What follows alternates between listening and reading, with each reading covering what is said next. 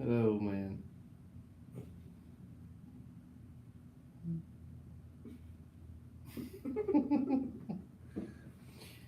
What are we doing tonight? We're gonna go out to You eat. gotta talk louder. We're gonna go out to eat because the kids are going to the Great Wolf Lodge. We have no kids, which is rare, rare, rare for us. So we're gonna take advantage of it and go out to eat on Thursday night. um, got some equipment going out tomorrow, as usual on Friday. I'm looking at the board. Um, Struggling to get stuff right now, like Titan reels and stuff. It's just still feeling the effects of the COVID. What's up, guys? Y'all all got on like at the same exact time. Um, so yep, it's gonna be a quiet night at the Yarborough house. No children. They're off at the great place in LaGrange, Georgia, called the Great Wolf Lodge. Beth says, "Hey, I need help. What do you need, Beth?" She wants to know if she could put her 5.5 pressure washer on her mini skid. If you can put your 5.5 on the mini skid, probably, as long as it'll fit dimensionally. If it won't, it's going to be real close. So you may could take it to, what's up, Carrie? You may could take it somewhere and get a plate, extended on there so it'll fit, because it's probably going to be real close. Carrie says he just wrapped up for today. It's about to rain here. We had a dude that we washed his house last year, and he said today that, well, he's ready to wash it again. He said, but I want to be there because y'all killed some bushes last time. He was there last time too. We've washed his roof the next year, which was last year. We washed his house. He never said anything about no bushes. It was a year ago. So I don't know what he's talking about. Like, it's pretty hard to kill some shrubs on a house wash anyway, especially with two guys there. Me and Dusty were there. I'm kind of, he's a nice guy, but I don't know that we killed some bushes on the lake house, because you probably would have called us before a year later. Rusty, yep, it's getting close. Let's see, where's Rusty at up here? Rusty is, yep, we're getting close to you, sir. Very cool, guys, very cool. Beth, give us a call at the office. She did. Okay. Just maybe call her. I'm supposed to call you. Is that what she's wanting? Trying to put that on there? Yeah, it can be done. We're actually putting these 4s on there, so a 5.5. It's just going to depend on the dimensions, but it's really just 4 bolts. Should be easy. Tony, what's up, Tony Valentine, my man? Is there a reason why my Softwash system holds pressure and then loses it constantly? You've probably got an air leak, brother. 100%, 100%. Steve Lawrence, let's see. Looking at the board. Where is Steve's at on there? There's too much stuff on the board. Oh, got him. He's up at the top. Yeah. Well, you're at the end of the month, Steve, so not too far out. But yeah, it's just going to be an air leak. Like, it happens. Stuff vibrates and moves, and you get a tiny air leak. It'll affect your performance. So you shut your wand off, it builds pressure. It shoots like you want it to. You open it up and it drops PSI. So that's all it's going to be, man. It's just going to be an air leak. You just got to find it and diagnose it. Fixing it will be 5 seconds. It's just trying to find it. So we got 29 people on here. Let me talk about, just give you guys a quick update. We're halfway through the year, and we kind of had a business, a semi-annual meeting yesterday with all of our employees. So that's me, her, Dusty, our part-time guy, the new guy, Brother Derek, my pastor, and Jonathan. Pulled him out of the field, brought him to the shop. Had basically like a lunch and learn. So just kind of strategizing for the next half of the year and where we are, and giving them all an update as to kind of how we've done so far this year. And that's a good thing to do with y'all as well. And one thing that we did yesterday, I've had this book right here for a minute. You covered me up. Yeah, I've had this book for a minute. So this is our company safety manual and policy manual. Okay, but it's really mostly a safety book. Now, I had this made. Y'all know I've got a background in the safety and compliance stuff. So I did that for several years for Walmart logistics, not in a store, but at a industrial, like a warehouse. 1,000 people worked there, and we were over the safety, me and one other guy, and we had one boss. Now that other guy, who was my co-manager, he had the weekend shift, I had the weekday shift. He's been doing nothing but safety and compliance stuff for 30 years. Like, he eats, lives, breathes, sleeps safety and compliance. So what I had him do is make me this safety manual. Now there is another one out there that's available that you can buy. This is going to be available for purchase coming up soon. I got to get with him and see when he's ready to do it. It'll be in a little bit fancier binder than this. But so basically, let me give you the table of contents as to what we've got. And some of this is not going to apply to you guys who are just running a truck because it's like shop related. But if you have a shop, it will apply to you. Safe work practices, employee statement of responsibility, ergonomics, ladder safety, eye wash stations, electrical safe work practices, lockout, tagout, personal protective equipment, fall protection, hazardous communication, bloodborne pathogen, exposure control, fleet management. So if you've got a guy running your truck, that's in there. Powered industrial truck or forklift safety. We've got a forklift here. Section 15 is a onboard training acknowledgement. All right, so this is an important chunk. It's right in the middle of the book. And here's mine. I'll let y'all see what. There's my sheet. I trained my shelf right there. See what it says? Trainer was the shelf. So this is you got a new guy. You train him on everything that's in this book. All these sections. Okay, they're all tabbed out, really nicely done. And then right here in the middle, yesterday I had Dusty sign off, Emily sign off, all the people sign off saying that they have been trained on all these things. And they have been trained on all these things, right? And so now, what does that do for me as the business owner? What does that do for the company? That covers the company in case something were to happen, okay? And it keeps going. There's more stuff down here. Pre-operational inspection list for the work truck, eye wash station inspection. So that's for me to do because they have to sign off that they know how to run the eye. If they get some in their eye, they know where the eye wash station's at, how to operate it, right, and then to report the accident. I've got them now supply and maintain and inspect and document that I inspected that eye wash station. So all of these things, like your PPE. So if you guys are running a truck and you've got respirators for the dudes to wear when let's say they're doing a roof cleaning, they wear a respirator, okay? Not only do you have to provide them the respirator, you have to fit them for a respirator. You've got to train them on how, when, and where, and how often, and all the whys about respirators. But none of those three matter at all if you don't document what you did, okay? So this is the easy stuff to overlook in a business because unless you've got a background in this stuff, you're not thinking about it. And so what happens is you hire Joe Blow to help you wash some jobs one summer. He gets bleach in his eye. You don't have an eye wash station on the truck, or you're at your shop. Let's say you get to the point where you rent a little commercial location to keep your stuff. That's great. You're growing. Yeah, you're doing great. And you're in the shop, and he trips over something in the floor and hurts himself. This covers your butt because, number one, he got trained on day one. And then, not only that, but the last page in here, section 25, is a monthly training safety meeting form, okay? And we would write out whatever our topic is for the month. We would go back through these topics one every month and retrain and have documentation that all that happened for every employee. So you advertise for a job, you bring in a candidate, you hire them, the next day is an orientation day. Okay, whether or not you've got stuff to go do, what needs to happen is you got to pause your life and train this guy. Now, it can be a whole day, you can do it in half a day, whatever that looks like for you, but do it, okay? It sucks, but you got to do it. You got to take the time to train them, and you've got to document it. So you got to have some place that you can walk to and say, let me take this and show you everything you need to know. Go out here on the floor, go to the truck, walk through all the scenarios, all the things they need to know. Especially dealing with chemicals, right? You need SDS for any chemical that you use on your truck. They have a right to know. You've got to have that stuff documented in a location that's easily accessible that they can see at any time. All that stuff is important because, why is it important?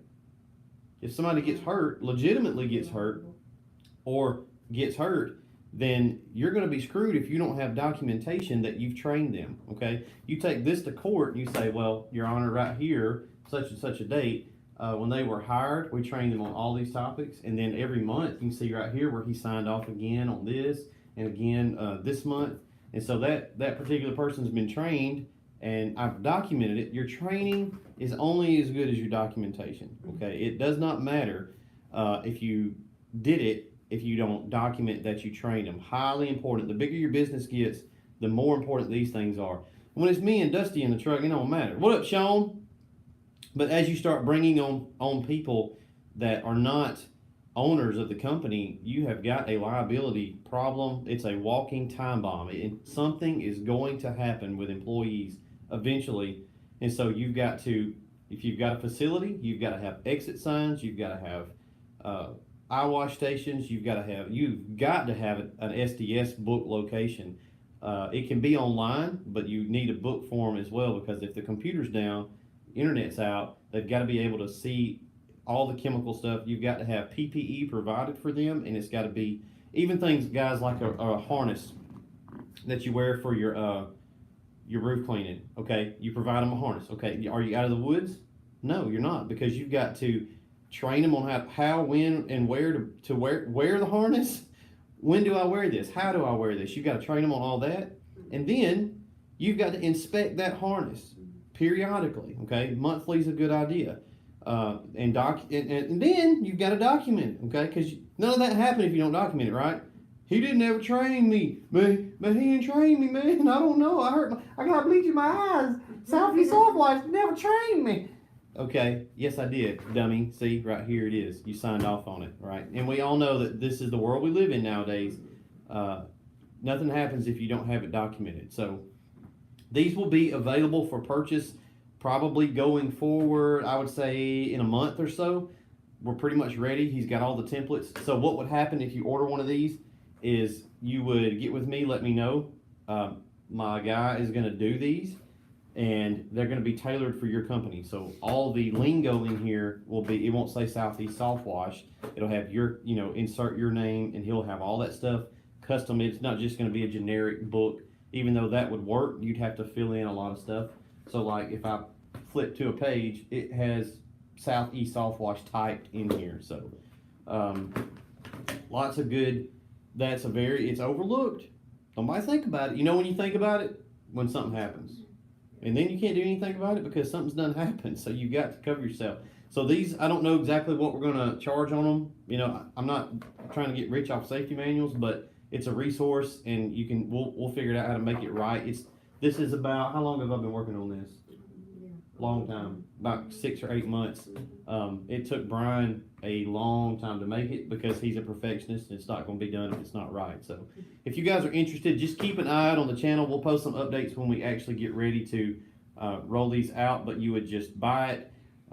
You would get with us through email. We'll get your information, send it to him. He'll make it. It'll probably take him a little while to make one, but like I said, it'll be, what's up, Mark?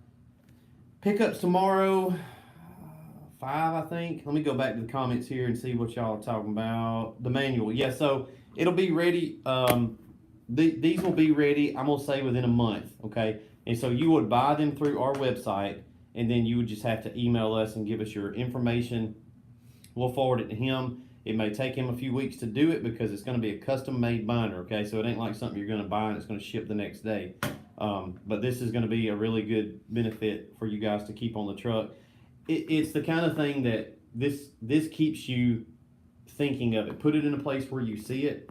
And that monthly training topic, it's a good time to sit down with your people anyway and just talk about what you need to talk about, and you cover that monthly training topic in that meeting. We're guilty of it. Jonathan's zipping all over the place, and I ain't seen Jonathan all week. But it's good to have a sit down, at least once a month, and go through how he's doing, how you're doing, expectations, if everything's flowing well, and then cover a training topic, cover something. I think there was another comment I wanted to look at here. Let's see. What up? When running our lines over public walkway, do we need to provide a crossover, or is a sign good enough? A sign's probably good enough, but they do make she's got coronavirus. Nope. They do make those little barriers. Let's say you're on a commercial job and you're moving a Jenny boom around, right? You've rented a lift and you're moving it. You really need an escort one of your guys needs to be an escort as you move that thing. There's a lot of crap to being safe. Mark says, hey, Linsenberger. But yeah, that's about it, guys. We're fixing to go home, and I'm gonna take a quick shower, and we're gonna go get something to eat. So thank you guys for tuning in. Hope y'all are having a good week. Where did we officially end last week on the wash truck? It was 45,000 for the year, ish. Yeah. Pretty close to 45. So, you know, he's shaking out to maybe do 90. That's really good. It's really good for one guy in a truck that started in January and didn't know crap. He's gonna do $80,000 to $90,000 this year. So that's really good. One of the guys that got a trailer the other day, talked to him, and he said, well, he's probably had his trailer 3 weeks, 4 weeks or so at this point, and he's already made like 15 grand. Wow. This year's been crazy, but it seems like it's settling down. New surfactant, I'm still working on it. It's going to be the exact same thing as Southern Drawl. Okay, it is the same exact thing. It's just a different scent, and we're going to call it Southern Slang. So it's going to have a cherry scent. It's going to be red in color, but as far as performance, it'll be the same. How far is our shop from the house?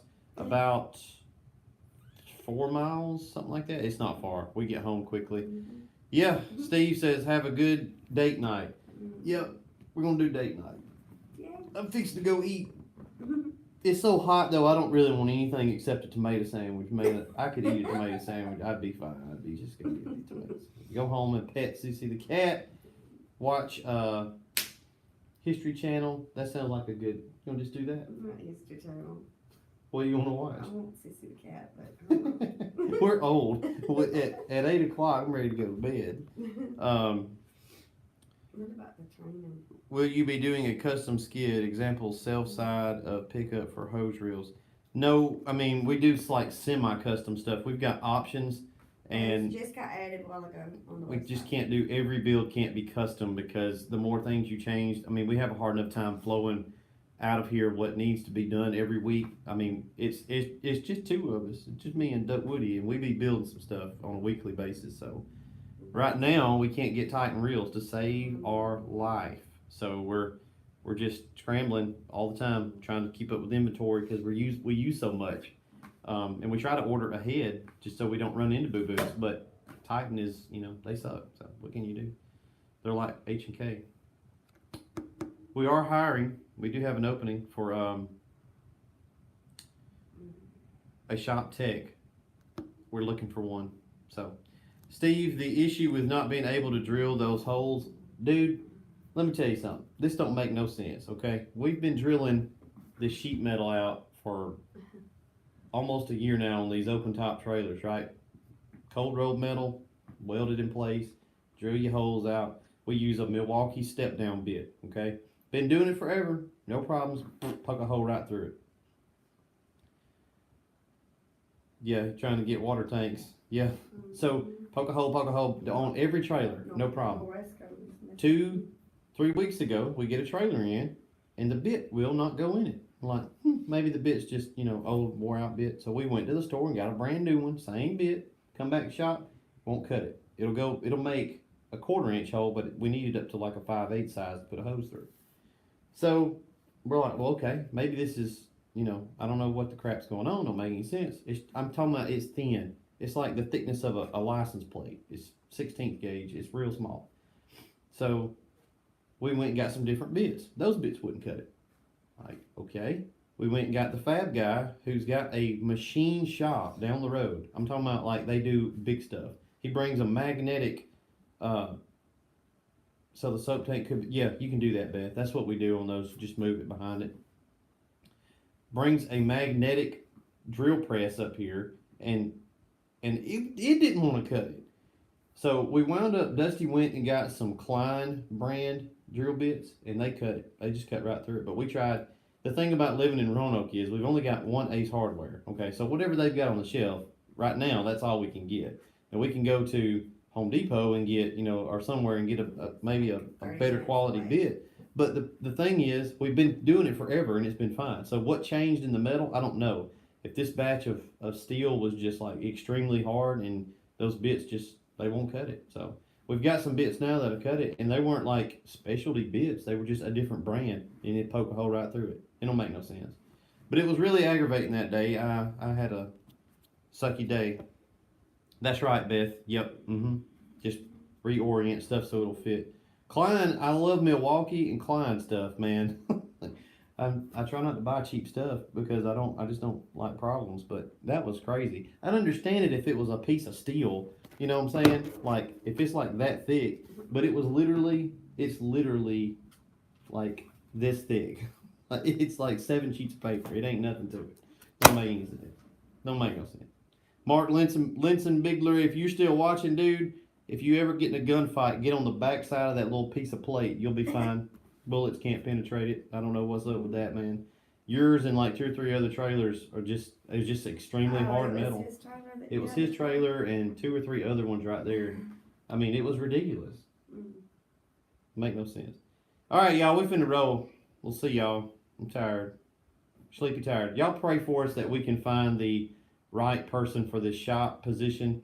I need somebody out there building all the time so that I can come in here and answer questions like Beth. I could have got back with you today if I'm not out there physically trying to do something all the time. So we've got to find a person, just basically a mechanically inclined dude that can build stuff.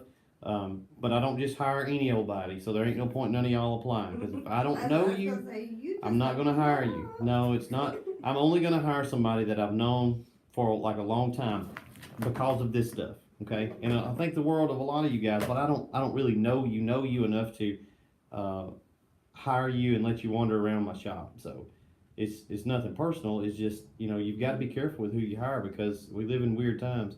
Tony, I might would hire you. I might. Some of y'all have gotten to know, but y'all know what I'm saying. Like if you're gonna hire a guy, it's got to be a local guy. It's got to be. It really needs to be a younger guy, like 23, 24. We can pay you pretty good, but we're not looking for a guy with a wife and 4 kids that needs a whole bunch of money to survive. But pay him well. But I need somebody that can turn wrenches, run a drill, think logically. So pray for us that we find that particular person is going to be a key person here in the shop. So we've had a really good year so far. Hoping to finish the year out, dial in some things, make some things better. Training class in August. Yep. 23-year-old kids. Yeah, it's hard, man. That generation, there's good ones out there, but it's not the same. I was born in 86. I'm 34. I think my generation was the last one that had to go outside and play. So that going outside and playing, it fixes a lot. Yeah, there was the video game playing, but there was a lot more outside. What was the video game? What was that? You played some Donkey Kong and some Mario. We went outside. My mom and daddy gave us sticks and rocks, and we built forts. And like, when you were 14, you were push mowing grass, and just the lawnmower would die, and you'd have to figure out what was wrong with it, and you just learn things. But I'm not saying all millennials, but a heap of them, they just had it easy, and they're used to this, and they can't think, do things. Your best worker, yeah. Most of your good dudes are already going to have a job, and this is going to be like a $20 an hour gig, and that's really good for Roanoke, Alabama. Like that's one of the highest paying jobs in this city. But that guy that I'm looking for is probably already working somewhere. Dirt Klein BB gun battles, baby. Yes, sir. It's crazy, man. And one of my pet peeves, and I'll let you guys go. I'm not like a welder. I'm not an electrician. I'm not a plumber. But I kind of think I'm an average guy, and I can do a little bit of any of that stuff. But most dudes, they couldn't wrench their way out of a wet paper bag, and they struggle. And so when you hire somebody, you're hiring a dude, but it's really not a dude. It's like a 9-year-old girl. In my mind, it's got the same abilities as a 9-year-old girl. Like my son Preston, how old are the boys? 12? They'll be 13 next month. I could just about give Preston a drill and some wrenches, and he'll figure it out. He's like me. Now Micah, our other boy, he likes gardening. Better be a really good farmer. You gotta have to give tomatoes. but they can do things. So when their little butts get to be 16 and 17 years old, you know what they're going to be doing? Running a wash truck, whether they like it or not, because it's just, go do something. For the love of Pete, go do something. Like, we've got a shelf out here that she bought to go in the bathroom in here, a little put together shelf. You know who's going to put it together? Micah and Preston. Here's you some wrench, and they love doing it. Here's you some tools. Put this freaking shelf together. And the more little things like that you do, the more when you're 24, you can, you know, like do stuff. Yeah. Would you live in a session once a week? Yeah, if I can get somebody out there so where I'm not putting in, I'm literally doing 100-hour work weeks, and I just don't have the time. But once we get somebody in here, I'm gonna be able to do a lot more stuff like that. So that's the goal. That's the goal, to be able to do something. You know, like tech support. I can do it. I just right now I can't do it. Like, yeah, I'd like to sit in this office that's really nice. Like, hey, look, my office that I've spent a grand total of 7 seconds in since we bought the building. I'm busy is good, but the preacher at church last night was preaching about losing your joy, and both ends of the spectrum can cause you to lose your joy. If you go through a really bad trial, you can lose your joy if you're not careful. If you're really successful and you're making a bunch of money, but you're just running in a circle like a hamster on a wheel, just run. That can make you lose your joy too, because you're like, I'd really like to get off this wheel, but you can't, because I can't, because all that stuff's got to get built. And you know, Friday is coming. Every week there's pickups coming, and stuff has got to be ready. It's got to be right. So, you know, that's where we're at. Fun times. But what are you gonna do? Right now we're gonna go out to eat. See y'all later. Bye. Peace.